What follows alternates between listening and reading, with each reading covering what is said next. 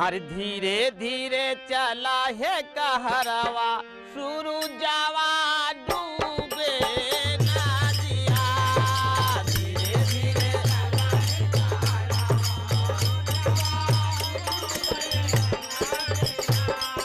क्या बात है।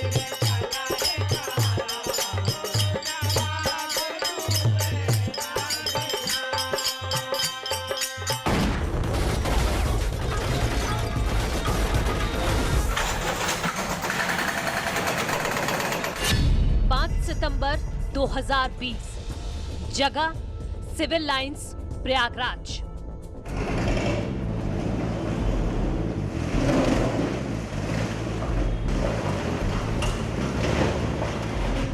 अवैध कमाई से करीबियों के नाम से अवैध जमीन पर करोड़ों की बिल्डिंग पर बुलडोजर।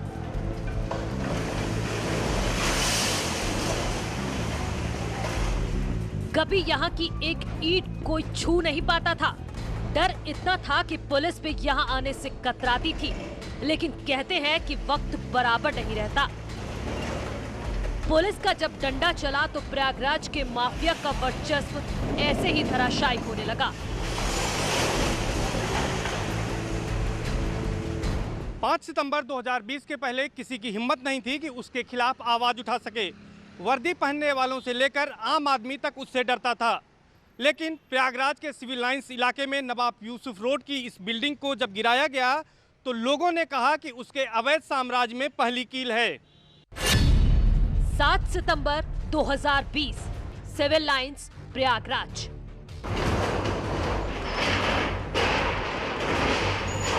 पाँच 500 वर्ग मीटर में बनी ये बाहुबली की दूसरी संपत्ति है। कहा जाता है कि समाजवादी पार्टी के राज में उसने अपनी पावर का इस्तेमाल कर नजूल की जमीन पर इस अवैध बिल्डिंग को खड़ा किया था। पुलिस ने 7 सितंबर 2020 को उसके अवैध साम्राज्य को खत्म करने के लिए दूसरी कील ठोक दी। ये निर्माण अभी विगत कुछ वर्षों 5-10 साल पहले हुआ है निर्माण।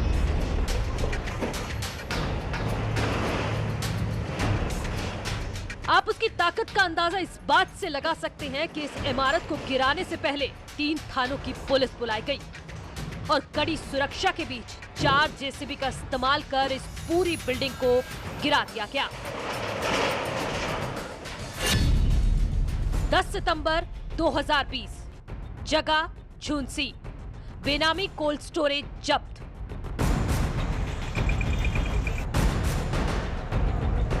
गैंगस्टर ने अपनी पत्नी के नाम पर इस कोल्ड स्टोरेज को बनवाया था। हर साल लाखों की कमाई होती थी, इससे पैसे आते थे और उसकी पावर बढ़ती जाती थी। लेकिन सरकार के एक प्रहार ने उसकी पावर पर ब्रेक लगा दिया।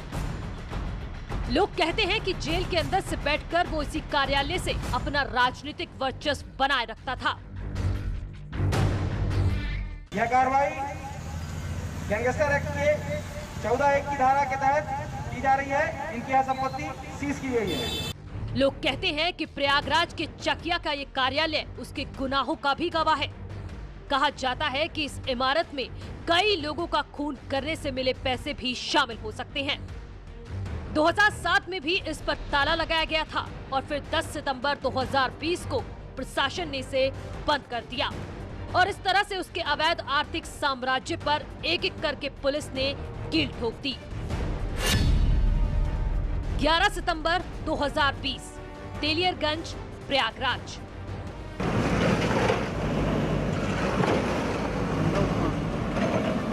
तेलियरगंज के मेहदौरी कॉलोनी में ये एक ज़मीन है, करीब 2 बीघे ज़मीन है। इस ज़मीन को, ये स्टेट लैंड की ज़मीन है और ये बेशकीमती करोड़ों की ज़मीन है और इस ज़मीन को लीज पर किसान को दिया गया था, लेकिन गलत तरीके से इसे बाहुबली अतीक अहमद के भांजे हमजा उस्मान ने इसको हथिया लिया था और खुद अतीक अहमद के अतिक्रमण वाली नवाब यूसुफ रोड पर एक ज़मीन को, एक बिल्डिंग को ध्वस्त किया गया है।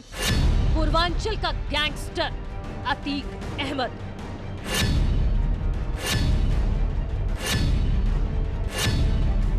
उसके सितारे गर्दिश में हैं, लेकिन कभी अतीक अहमद के नाम से ही कई लोगों के सितारे या तो गर्दिश में चले जाते थे या चमक जाते थे। पूर्वांचल में खौफ का एक नाम अतीक अहमद भी है, जिसके नाम से सिर्फ थानों की पुलिस ही नहीं, जिस जेल में जाता था वहां के जेलर भी डरते हैं।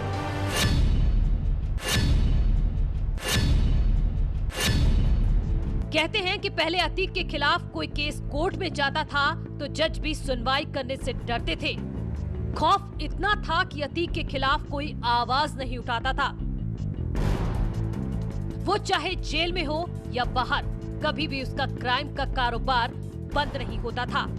सलाखों के पीछे से अपनी सरकार चलाता है।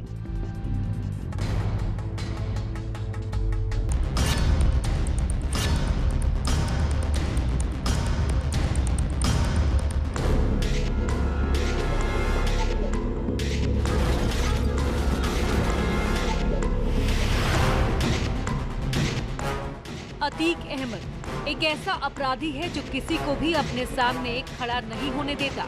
अगर कोई राह में रोड़ा बनता तो उसे बेरहमी से हटा देता था।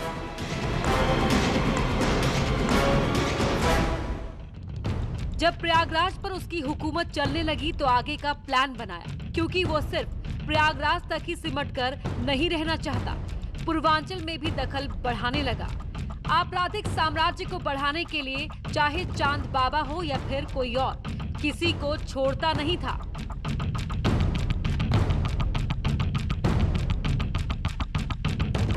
फूलपुर सीट से जीतकर अतीक अहमद संसद पहुंचा और इलाहाबाद पश्चिम की सीट खाली हो गई।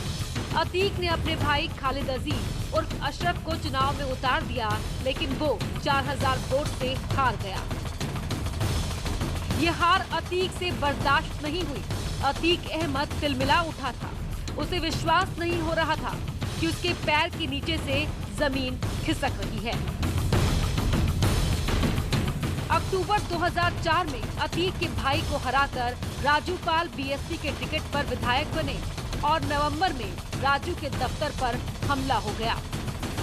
बमबाजी और फायरिंग के बीच राजू पाल बाल बाल बच गए। दिसंबर में फिर राजू पाल पर हमला हुआ। नवंबर के बाद दिसंबर में हुए हमले से विधायक राजू पाल डर गए। उन्होंने अतीक अहमद से जान का खतरा बताया। अतीक पर भाई के हार का बदला लेने का आरोप लगा। 25 जनवरी 2005 में राजू पाल पर तीसरा हमला हुआ। बदमाशों ने राजू पाल के काफिले को घेर लिया था और अंधाधुंध गोली मार दी और फरार हो गए। इस हमले में राजू पाल को कई गोलियां लगी थी। गंभीर रूप से जख्मी राजू को उनके समर्थक ऑटो में लेकर अस्पताल जा रहे थे। इसी बीच हमलावरों को शक हुआ कि शायद राजू पाल जिंदा है। वो दोबारा लौट कर आए और ऑटो को घेरकर फायरिंग शुरू कर दी। करीब 5 किलोमीटर तक टेम्पो का पीछा कर गोलियां चलाई गई। समर्थक किसी तरह राजू को लेकर जीवन ज्योति अस्पताल पहुंचे। शरीर में 19 गोलियां लगी थी। डॉक्टरों ने राजू पाल को मृत घोषित कर दिया। बीएसपी विधायक राजू पाल की हत्या का आरोप अतीक अहमद पर लगा। राजू पाल की पत्नी पूजा पाल ने अतीक, उसके भाई अशरफ, फरहान और आबिद समेत कई लोगों के खिलाफ नामजद मुकदमा दर्ज कराया। बताया जाता है कि फरहान के पिता अनीस पहलवान की हत्या का आरोप राजू पाल पर था।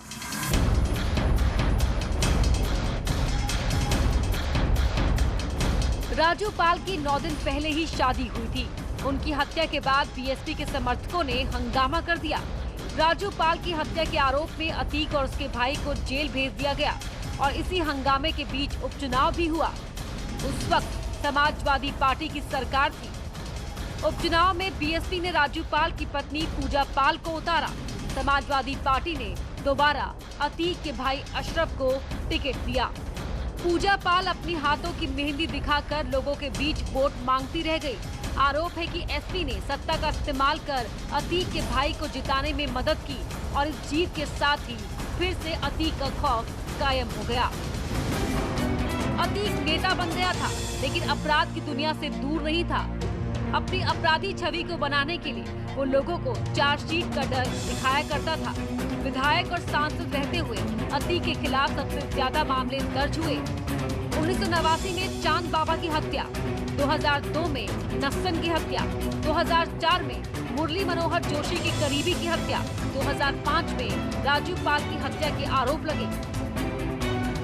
अतीक के खिलाफ 83 से ज्यादा मुकदमे दर्ज हैं, जिनमें से 35 केस पेंडिंग है। दोनों भाइयों के केस जोड़ दें तो 150 से ज्यादा मुकदमे होंगे। अतीक के गैंग में आज भी 121 से ज्यादा शूटर हैं, जो इसके एक इशारे पर किसी की जान ले सकते हैं।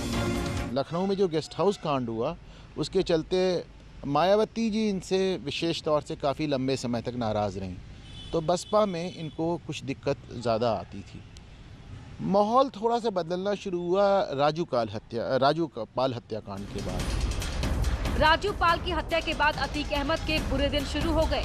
2007 में मायावती की सरकार बनते ही ऑपरेशन अतीक चलाया गया। अतीक को मोस्ट वांटेड की लिस्ट में डाल दिया गया और पहली बार अतीक के गैंग का नाम दर्ज हुआ, IS 227। 1986 से लेकर 2007 तक अतीक के खिलाफ गैंगस्टर के 12 से ज्यादा मामले दर्ज हो चुके थे। अतीक पर 20,000 रुपए का इनाम भी रखा गया। करोड़ों की संपत्ति सीज कर दी गई। 2007 में भी कई बिल्डिंग गिरा दी गई। अतीक के खास प्रोजेक्ट अलीना सिटी को अवैध घोषित कर दिया गया। अतीक सांसद तो था लेकिन फरार था। पुलिस उसकी तलाश कर रही थी। पूरे देश में अलर्ट जारी था। फिर एक दिन नाटकीय तरीके से दिल्ली में गिरफ्तार हो जाता है और पुलिस उसे जेल भेज देती है।